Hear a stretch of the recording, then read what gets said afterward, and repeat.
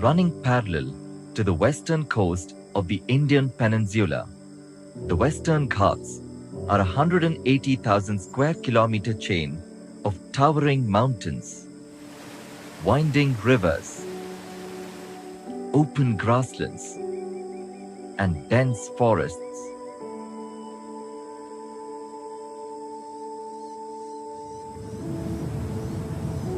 The Ghats are one of the most biodiverse places in the world.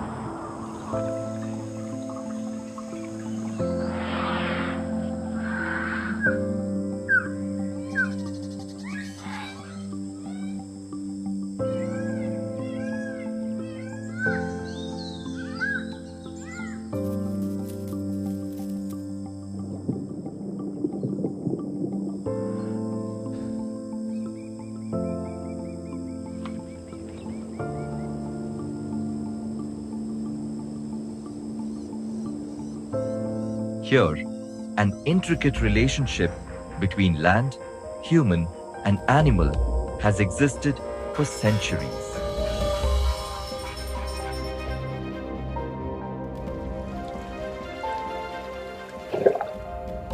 Competition for resources is on the rise, fueled by the exponential growth of population in the region. This has led to the destruction of several important habitats, upsetting the delicate ecological balance that has existed for millennia.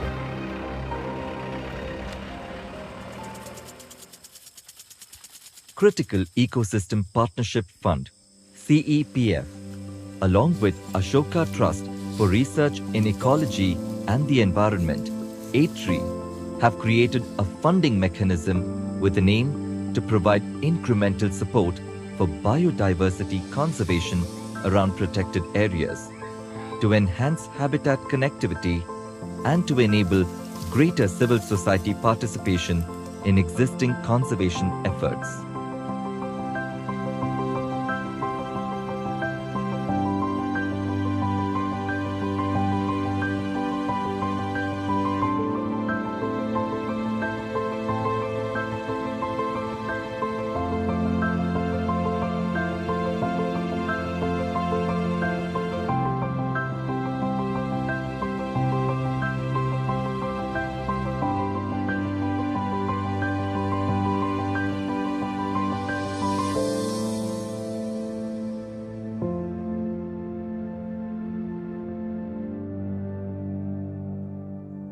A-Tree was founded by biologist Dr. Kamaljeet Baba with the mission to promote socially just, environmental conservation and sustainable development through research, policy analysis and education.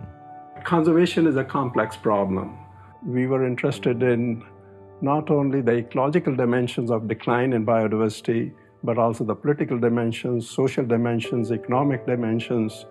So we felt that an interdisciplinary approach is needed to the issue of biodiversity conservation.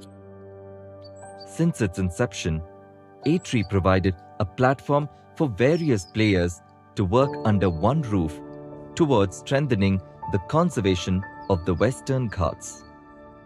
And in association with the CEPF made possible new partnerships and conservation solutions. Biodiversity was under siege, is still under siege, and governments were only responsible for taking action to conserve biodiversity. A lot of funding was going to governments, and we decided that it would be good to provide a means for civil society to really intervene at a very high level to conserve biodiversity worldwide. CPF was created 15 years ago to really create a cadre of people who could respond to biodiversity conservation from within the civil society. If you look at the scale of the challenge, the kind of professional conservationists are very few and the problem is very large. So actually the only way conservation and, or we can say the sustainable management of natural systems can be achieved at that scale is that we empower and we involve the local people who are living in and around those systems. creation of forest reserves had the unintended consequence of disrupting the livelihoods of forest-dwelling tribes who depend on forest produce for survival. The Indian government itself admitted into the Supreme Court that a historical injustice happened to the community, all of indigenous community, all over India, without setting their right on land and resources. And it is there in the preamble of the Forest Right Act. While the Forest Rights Act came into effect in 2006, allowing indigenous people to sustainably access the forest resources, its implementation has so far remained a challenge. Grantees have been working towards creating awareness within Forest Department and indigenous tribes on the workings of the Forest Rights Act, enabling the tribes to not only gain knowledge on sustainable collection of forest produce, but also become guardians of biodiversity, as is the case with the Kadar tribes of Kerala, who monitor nesting sites of great hornbills. In the forests of Karnataka, lantana, an invasive species of plant, has been taking over the natural vegetation.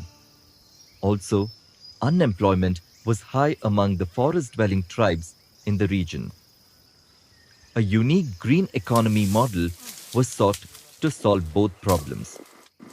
Tribal people were employed to make craft items using lantana, which they harvest from the forests.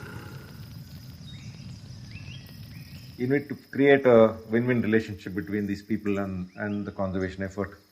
And that is possible by providing them alternate livelihoods. And over a period of time, there is a possibility that this will evolve into a stronger relationship where they also start to demonstrate stewardship towards the forest.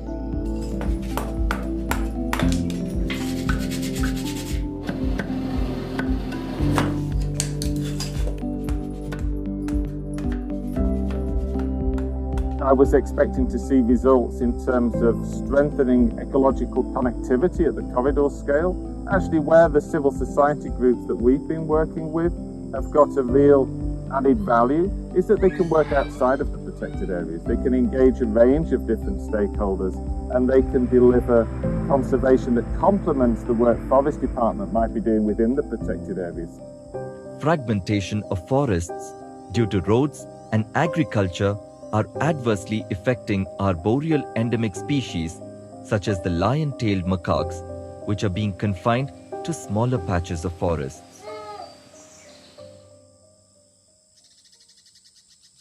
Grantees are working towards influencing government policies and implementing existing laws on the ground and have been able to create a conservation reserve for the lion-tailed macaques and its habitat. All too often we see the management regime within protected areas being focusing on a handful of species, typically tiger, elephant, maybe in some cases gaur. So at the end of the day, lesser known taxa are critically important because they are the pieces of the ecosystems that underpin life, that underpin all social and economic development. Known for their scavenging habits and performing the essential function of cleaning up the ecosystem, vultures have faced a rapid decline in numbers. Diclofenac, a banned drug used for treating cattle illnesses, would instantly kill any vulture feeding on these cattle carcasses. Lack of awareness meant that the drug continued to be freely sold by pharmacists to cattle owners. Grantees have successfully educated all stakeholders involved about the existence of the ban and the fatal effects of the drug on vultures.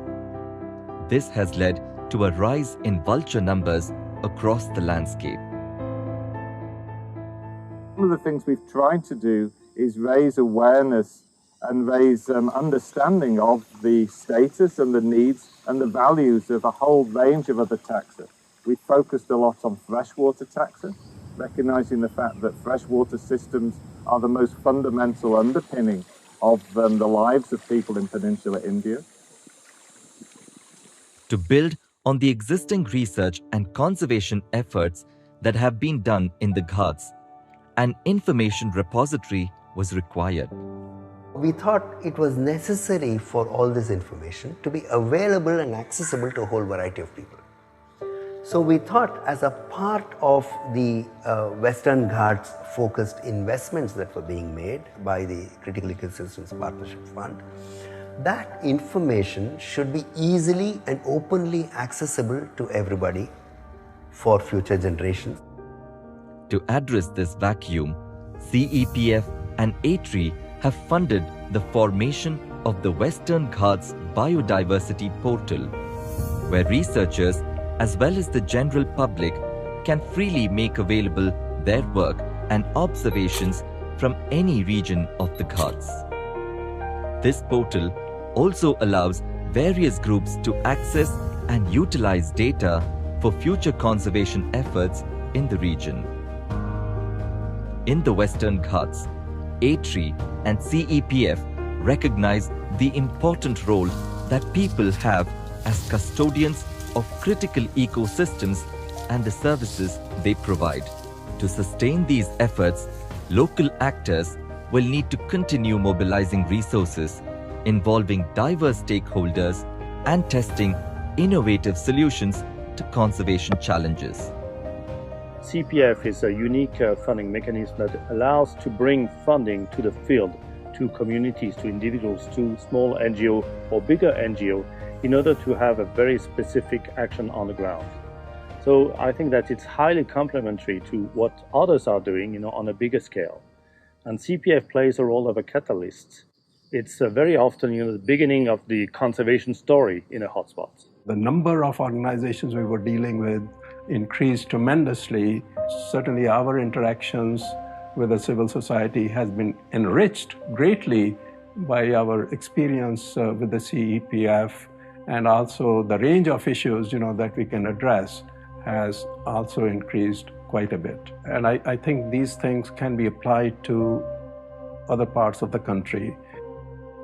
Questions of conservation can't be reduced to a technical solution. They can't be reduced to a purely economic solution or a purely political solution. They require these multiple levels. So bringing people together, having alliances and networks, has allowed people to stand side by side and form a community around the conservation in the Western Ghats. And I think ultimately, I would hope that that's our legacy here from this CPF program.